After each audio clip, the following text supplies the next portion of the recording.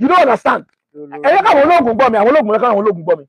Tán bá ní Iyaosoronga àtọ́jú ìjàpá àti bẹ́ẹ̀ lọ.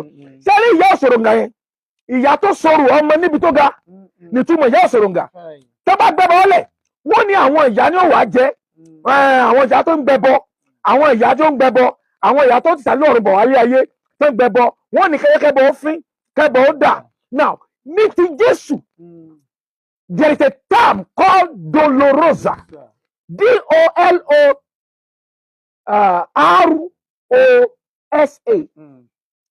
It is the pains that ìyá abiyamọ go through láti dé ibi ẹbọ ti gbà. Sẹ́ni bí wọ́n ṣe ń gbé ní Mary ìyá Jésù ló ń tẹ̀lé ẹbọ. Ó ní ìsọkúsọ ní pásítọ̀ yìí sọ. Ó ń tẹ̀lé ẹbọ. Bó ti ń tẹ̀lé ẹbọ yẹn kí ẹbọ tó débi tí ó ti rú tí ó ti gbà. Number one, bí ó ti gbé àgbélébù tán. Wọ́n gbé àgbélébù tán. Wọ́n gbé àgbélébù fún. Wọ́n ti gbé àgbélébù fún tán. Ó ṣubú lákọ̀ọ́kọ́. Ìdí tó fi ṣubú ní. Sẹ́ni tí ìrìn àjò ìrúbọ bá gùn. Wọ́n pe kinní kan ní the marking of the path. Nínú ẹbọ mò ń sọ o. ATR, African Traditional Religion. Tẹ bá sọ pé kí ni marking of the ground or tracing of the path. Débi tí ẹbọ ti gbà. Bọ́dọ̀ ń trace path ni pé ẹ̀jẹ̀ ẹbọ gbọdọ̀ kanlẹ̀ kó tó ìdí ẹbọ kó tó dé ibi tó ń lọ pátápátá. So ó ṣubú, Jésù ò ṣubú. Jésù ò kiri kò ṣubú. Ó yẹ kó jẹ́ ti kú, ṣùgbọ́n Jésù ò ṣubú. Ó máa fìdí ẹbọ kanlẹ̀ torí kó lè trace path. Bí ó ṣe fìdí ẹbọ kanlẹ̀ lákọ̀ọ́kọ́, ológun, oṣó, àjẹ́, èmèrè, mo lẹ́ẹ̀ lóògùn tó mi, rúbọ tó mi, odidi èèyàn mo fi rú tèmi, ọmọ Ọlọ́run dẹ̀ ni, ẹ̀jẹ̀ Ọlọ́run ni. Kò dẹ̀ pé méjì, kò dẹ̀ sí mi mọ́. Ó tún wá rúbọ torí pé màá ṣẹ̀. Hallelujah. Torí pé Orúbọ àbámọ̀ kalẹ̀. Orúbọ àbámọ̀. Ṣé ẹ pé àwọn Yorùbá sọ pé àrẹ́bọ àbámọ̀ ṣe. Ẹgbọ́wọ́ sà, ẹgbọ́wọ́. Jésù tún rúbọ. Hallelujah. Oh, how I love Jesus. Oh, how I love Jesus. Oh, how I love Jesus. Because he died for me. Now, nígbà tí wọ́n nà tán, so there are two things now. Wọ́n nà torí pé ó bú mi, ó mú mi, ẹ wá dí mi, èmi sì wá jẹ̀bi, òun ò jẹ̀bi. Ẹ̀bi tí mo jẹ yìí, wálé ẹ̀ nà mí ẹlẹ́rìí mi nà tó náà ó ti ṣe kí ni? Ó ti gbẹgbà. Ó gbàdájọ́ kú. Wọ́n kọ̀wé sí lọ́wọ́ ni o. And that will now take me to the next scripture. Gbogbo theologians tó jẹ́ church people tó ń gbọ́ mi ẹ gbọ́ kínní.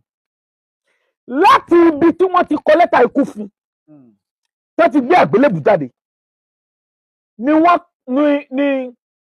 lẹ́tà yẹn àtàgbélébù yẹn ló ti ń gbé lọ pẹ̀lú ẹ̀sín àtẹ̀gbà àtẹ̀gún. Orí yín pé sà. Àkànní ànàsáré, ànàrìn, ànàṣubú. Bí ó ti wá ń gbé e lọ, Hebrew chapter number 12 verse 2 and 3, ẹ bá mi kà. Mo sọ last week pé ó ní ó endure the contradiction of sinners against himself. Mo dẹ̀ pé àwọn Pharisees, Sadducees wọ́n contradict wọ́n ń sọ̀rọ̀ Pilate. Pilate sọ̀rọ̀ wọn, but wọ́n contradict ara wọn bẹ̀ síbẹ̀ wọ́n sàpá náà ni. Are you there? Yeah. Verse 3. Verse 3. Yes. Hebrew chapter 2 verse 3. Yes. Àwa ó ti ṣe là. Bí àwa kò bá. Chapter 12 verse 3. Ẹ lọ sí 1 Corinthians chapter 1 verse 18. 1 Corinthians chapter 1 verse 18. Bí ó ti gbé àgbélébù yẹn tán. 1 Corinthians chapter 1 verse 18. Bí ó ti gbé àgbélébù yẹn tán. Nítorí pé wèrè ní ọ̀rọ̀ àgbélébù. Wèrè ní ọ̀rọ̀ àgbélébù. Sí àwọn tí ó ń ṣègbé. Fáwọn tó ń ṣègbé. Ṣùgbọ́n sí àwa tí a ń gbàlà. Àwa tá à ń gbàlà. Agbára Ọlọ́run ni. So bó ti ń lọ báyẹn wèrè kò tiẹ̀ fine. Ẹni ti lù blue black. Ẹ bá rántí mẹ́sẹ̀gì mi blue black. Kò tiẹ̀ fine. Kò wó change colour. Kò lágbára kò lè rìn. Ó tún gbé igi. mo sọ rí igi tó gbé igi acacia wà ní Old Testament, igi cedar wà ní New Testament. Igi cedar ni Jésù gbé, acacia ni ó stand for cross ní Old Testament. Both wood are beautiful but with thorns. Wọ́n ní òórùn, ó lẹ́gùn lára. So bó ti ń gbé lọ náà ló ń gbọ̀n. Ó ti yẹ kó wà ní kọ́mà, ó ti bleed bó ti ń gbé lọ. Now wèrè ni o, ṣùgbọ́n fún àwọn tí ó gbàgbọ́ agbára Ọlọ́run ni. Now sẹ́ni gbogbo àwọn tó ń wò pé ó lò sí, àrẹ̀dẹ̀ pé èèyàn gidi ni, àrẹ̀dẹ̀ ọmọ Ọlọ́run ni, kò tiẹ̀ pé èèyàn Júdásì ò mọ̀ pé Jésù á kú, owó orí ẹ̀ lásán ló dé pa. Jésù ẹ̀sìn kò mọ̀ pé wọ́n lè rí pa. So everybody was flabbergasted, everybody was amazed, everybody was surprised. Anyone tẹ̀lé àṣẹ fake ni, àṣẹ rọ̀tì ẹni. But the issue is this. Sẹ́ni láti bẹ̀yẹn wọ́n pè ní Dolorosa. Go and check it, Dolorosa.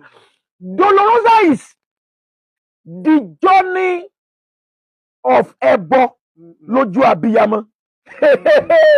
Go and check what I'm saying. Dolorosa ni ìbẹ̀rẹ̀ ìrìn àjò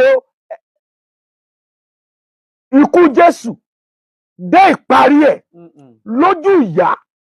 Oh, okay, church, you don't understand. Ẹ̀yẹ́ káwọn ológun gbọ́ mi, àwọn ológun lẹ́kọ̀ọ́ àwọn ológun gbọ́ mi. Tẹ́ ń bá ní Iyaosoronga àtọ́jú ìjà